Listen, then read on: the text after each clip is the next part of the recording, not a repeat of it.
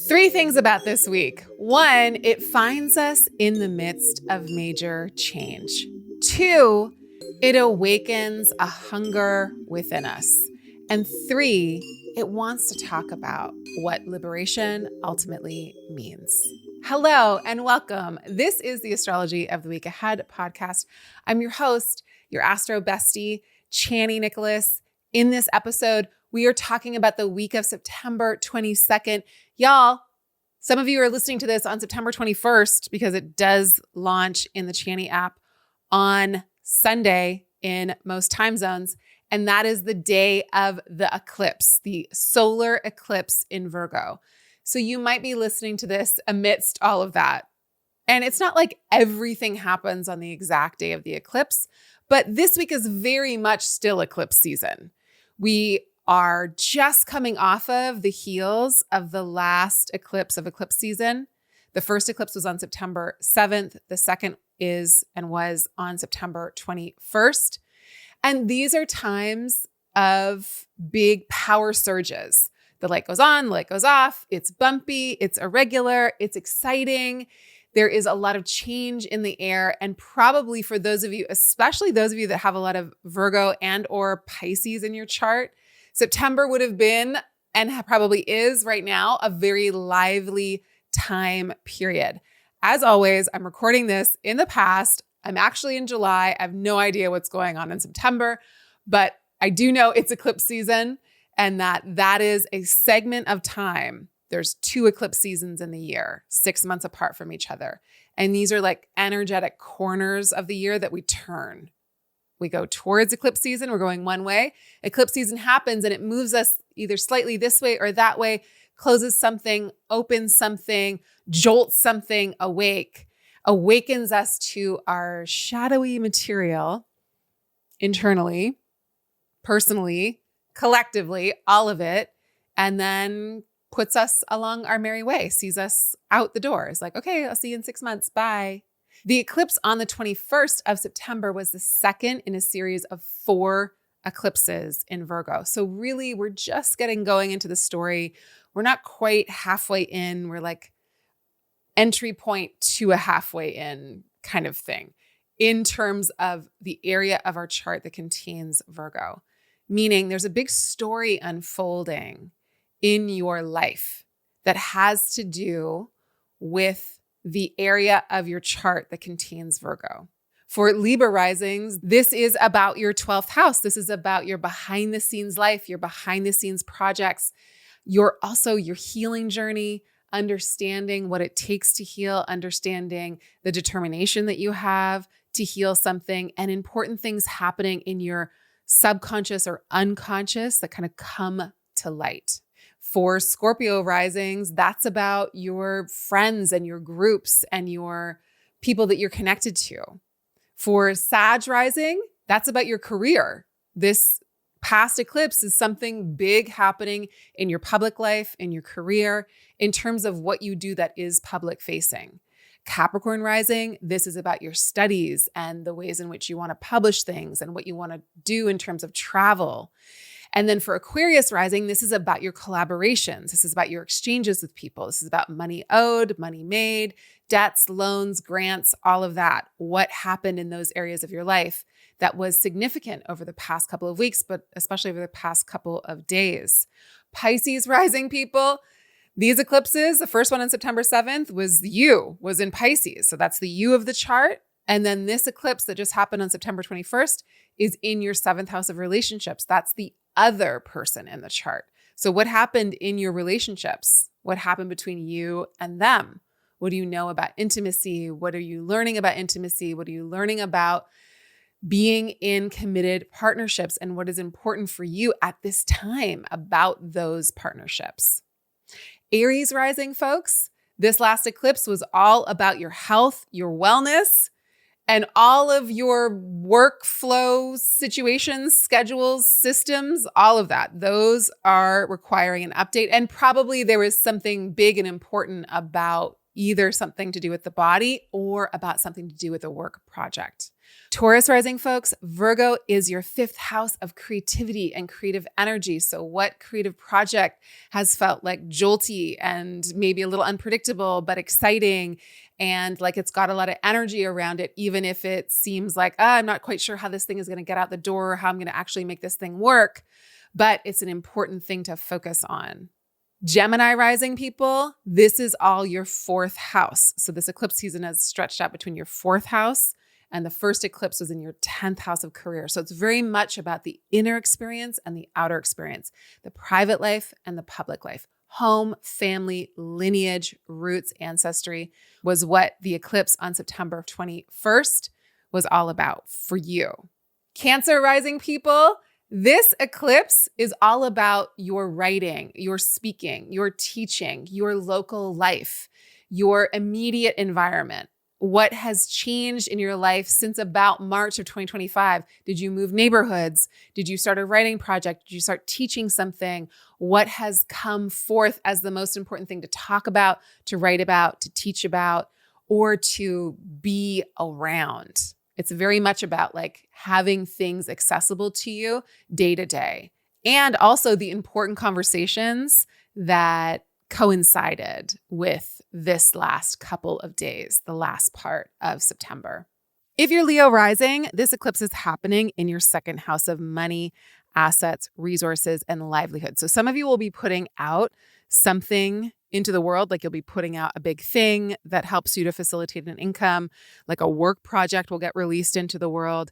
Some of you will be doing some healing, clearing out, and cleansing in terms of your relationship to the material world and what it is you need to release in terms of the ideas and the thoughts that do not serve your material well-being. Some of you will be working on things like mutual aid and how to move money and resources to folks that need it. Some of you will be doing a lot of work. So take care of yourself and fill yourself up when and where and how you need to.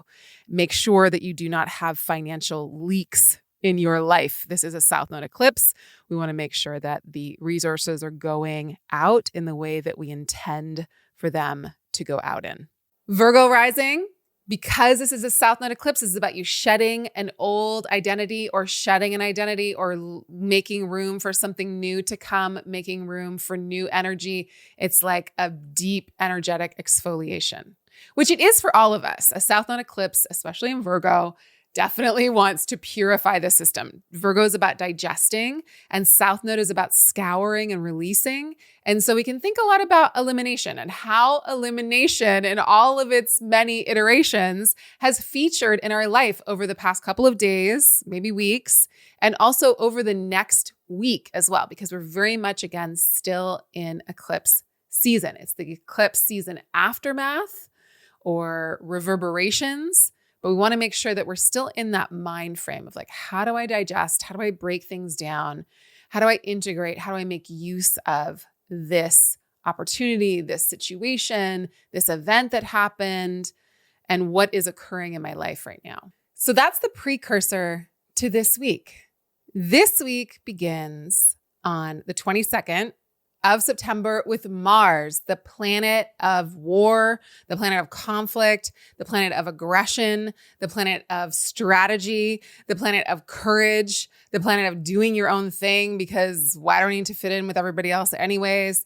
The planet that helps us go our own way is entering one of its own signs. In traditional astrology, Mars represents 2 signs or rules 2 signs. One is Aries. It's not where it is this week. The other is Scorpio. That is precisely where Mars is this week. So that bodes well for somebody's strategy. That bodes well for somebody's ability to like bear down and get the battle plan together and then go forth like nobody's business. Mars in Scorpio is unrelenting. We just have to make sure that we are unrelenting about the right thing. Mars in Scorpio is so dogged and so focused and so able to get into the nitty-gritty and into the research of something. We just have to make sure that we are that focused, that dramatically, intensely dedicated to getting something done that is worth it. That's the one thing with Mars and Scorpio. It will not relent, but is it not relenting about the right thing? So, as soon as Mars moves into Scorpio, it starts to make a square with Pluto. It enters Scorpio on Monday. That is where our resolve starts to find us, and we start to figure out exactly how we're going to win at the thing we need to win at. And we're going to remember that a part of winning is to do things in secret. We can't put everything online. We cannot be Captain Obvious about all of the things. We need to be strategic about the ways in which we move, overtly and covertly. By Wednesday, Mars exacts its square to Pluto. That means that we are in a very intense week. This week demands that we focus. This week is such a good week to research something. This week is very good at getting us into tunnel vision, which I'm not saying is a good thing to be in. Sometimes it's necessary to be able to get down to the answer, to be able to get into the strategy, to be able to win the thing. We have to be exceptionally focused and tunnel visioned. And sometimes it is absolutely not the best thing for us to do. So astrology is just a reflection of what's going on. I will say that this week looks pretty hefty in terms of the world and power dynamics and power plays and power struggles and people that like to say, I've got more arms and weapons than you do. And just that very tired patriarchal paradigm of who can be more destructive than the next one. I hope and pray that it's not like that, but because this is the world we live in at this moment, at least, and because those people seem to have a lot of ammunition, both literally and figuratively, with Mars, the planet that is about battle and is about fighting, being in a friction-based relationship, a square with Pluto, the planet of underworld themes and big, huge reserves of power. I don't love it. I don't love it for the world stage, and I don't love it for the power dynamics that seem to be predominantly impacting all of us. Tiny few men impacting so many people, and not just people, all living things and organisms and the earth itself. So for us to think about where it is we can infiltrate, where it is we can win, what it is we can strategize around is really important this week. It's really important for us to not get lost in the big, huge moments of this is what these dominating forces do. It's really important for us to know what those are, but not to lose our entire energetic life force to it. This astrology is calling us to gather ourselves and to direct our energy, to direct our focus at the next attainable goal. It's too overwhelming to think about everything that's wrong right now. It's too overwhelming to think about all the problems we have to solve. It's too overwhelming to think about the power differentiation in terms of money and systemic power that a very few have over the large majority of us.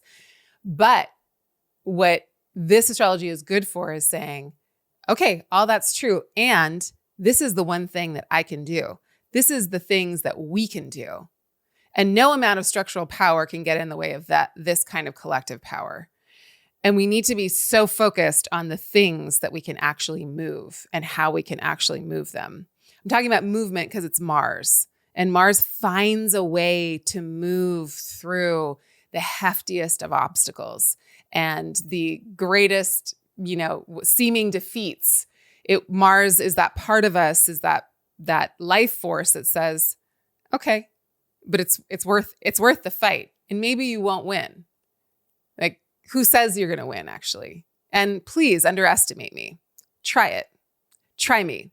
Let's go. Let's see how good your underestimation actually is. There's always a way to win. There is. Think of all of the stories of winning that were so impossible, that people were up against all of these odds, or a country or a group of people or whatever it is that we're looking at. They were, going to be totally dominated by a bigger power. And yet they subverted it. And yet they won, or yet they flipped things, or yet they were a wrench in the works. Like, everything we can do to make sure that we are unrelenting in our strategies, in our plans, and in our ways of regathering ourselves, regrouping, and moving forward towards what liberation and justice could actually mean, I think it's the main point in life. In times like these. I hate to say that phrase, in times like these. But in times like these, we do need to be totally tunnel visioned. We need to be totally hyper focused on what it is we can win and how it is we could win that thing now, because all of it matters. Any of it matters. And remembering our power always matters. And this week is all about power and power dynamics. So don't give yours over. Don't give yours away to the big structures that are like, I'm going to be your overlord. There's a need to push back against that. And again, to do it in a more silent or even more stealthy kind of way. So that's the Monday, Tuesday, Wednesday of it. But Mars is going to be in Scorpio for many weeks to come. So we have a chance to work with these energies and this energy in this week and in the coming weeks. Also on Monday, we enter Libra season. Now, Libra season is all about justice. It is all about equality. It is all about balancing the scales. It is all about pointing out what is out of balance and what is in balance. Right away, the sun on Tuesday makes an opposition with Neptune, which to me says we're going to be thinking about ultimate justice or the ideal kind of liberation. And that's good to dream about, but it's not good to get stuck there. We have to work with what we've got. We've got to work from the place that we're in. And it is far from ideal. Far from ideal. You don't need me to tell you that. It's far from perfect. It's far from the situation that we would choose. It's far from fancy. And the sun opposing Neptune can have this quality of wanting things to be better than they are, wanting things to be more beautiful than they are, wanting things to be in a kind of ultimate situation, and they're not. But the sun quickly on Tuesday goes on to trine Uranus and then trine Pluto. And so there's a lot going on with the beginning of Libra season. It is energized. It is activating. And yes, it's good to talk about what the ideal would be. And then it's good to quickly move into our strategy and remember what it is we're working with and what it is that can be won in secret, in a covert way, in a strategic way, but also in a way that's like, yeah, this is far from perfect, but we got this. And I'm going to take that for now. This is going to be a win right now. And just keep it moving, keep it rolling. Do not give up. Do not give up. Do not give up. Do not give up. That's what Mars in Scorpio square Pluto tells us. And that is what happens on Wednesday. So don't give up on the right things. Maybe give up on the things that aren't worth digging your heels on. Like, what are the hills that you actually don't need to die on? Get very clear on that. And then get very clear about the hills that you're like, this is it. This is my line. This is my red line. This is my line. I do not cross this line. And knowing the difference between those two things is really good. It helps to save us a whole heap of energy, whole ton of time, which is of the essence, especially right now. This week's question comes from a listener that wants to know what it means to have Mars transiting your first house. Very good question. Love it. It's different depending on your rising sign. If you have an Aries rising or Scorpio rising or Capricorn rising, Mars transiting your first house could be phenomenal. Could be a time that's quite glorious for you. Could be a time where we see you on a winning streak. Depends on what the other planets are doing.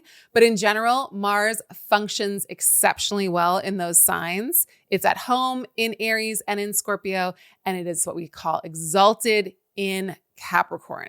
So Mars transits through the first house for those rising signs, so good.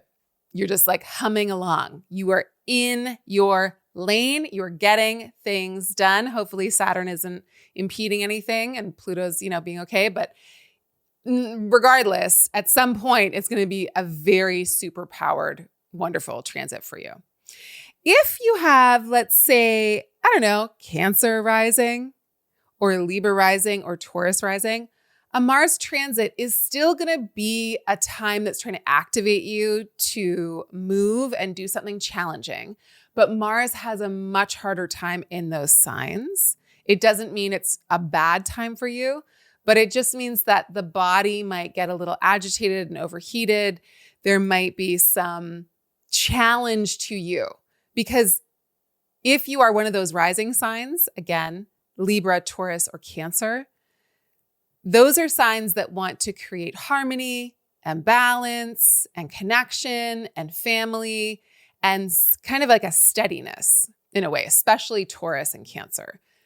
And like I said, Libra is a sign of peace. It wants to create balance and harmony, but Mars doesn't want any of those things. Mars is not about any of those things. So when Mars is in those signs, it's like, it's an uncomfortable kind of mix. It's kind of like, if you hate wearing baseball caps and you have to wear one, or you don't like your hair a certain way, but you have to wear it a certain way. You're kind of like dressed up in something, or it's not you. It doesn't suit you. Those signs don't suit Mars necessarily. And so if you're going through a transit with Mars in those signs, because that's your first house, it's might not feel good. That's the easy answer. It might not feel so good.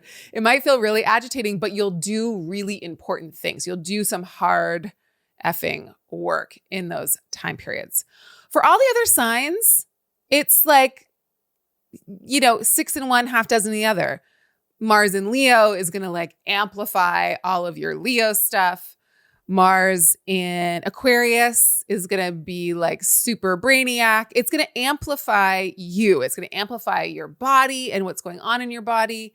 So if you already are exasperated, overheated, full of inflammation, Mars through the first house is not going to be cute.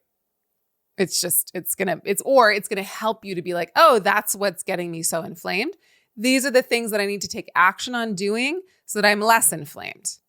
Mars will tell you what's wrong. Mars will also tell you this is how you move and what's right about this movement. And yes, go, go, go. If you have Sag rising and you have Mars and Sag moving through your first house, speedy, speedy, speedy, speedy. This just a go time. And if you are already going too fast and you're a Sag rising and Mars comes through your first house, then, that's not great. So it depends on where you're at, depends on where other things are happening in your chart. It depends on what other planets Mars is going to speak to, but it will tend to amplify the heat, which sometimes that's good if you're running cold or you're stuck. But if you're already overheated, it can amplify that. If you're stuck and stagnant, maybe it'll give you the right amount of heat to start to move. If you're prone to irritation and you're not good at dealing with it, then Mars through your first house is going to aggravate your irritation. But if you need a little courage and you need a little kick in the, tuchus, then Mars is going to give you that. And you can either resist it and be miserable, or you can go with it and move and know okay, it's a hard time, but it won't last. A Mars transit is going to be 6 weeks-ish if Mars is going at a good clip, and maybe a couple months if it's retrograde. So give or take, it's not going to be years and years. It's not a longer, it's not Pluto, it's not Uranus. It's not Saturn even. It's a couple of months, 6 weeks to a couple of months. So it's a shorter period of time. You can get a lot done and you can learn a lot about your own anger and your own irritation and your own inflammation and your own need to drum up and give yourself permission to be courageous. So it's about gathering your energy and focusing it in a direction. All right, y'all. Thank you so much. That is our episode. Come back next week and we'll talk about Venus, planet of love and relationship and affection, meeting up with the South Node in Virgo. All right, more then. Bye for now.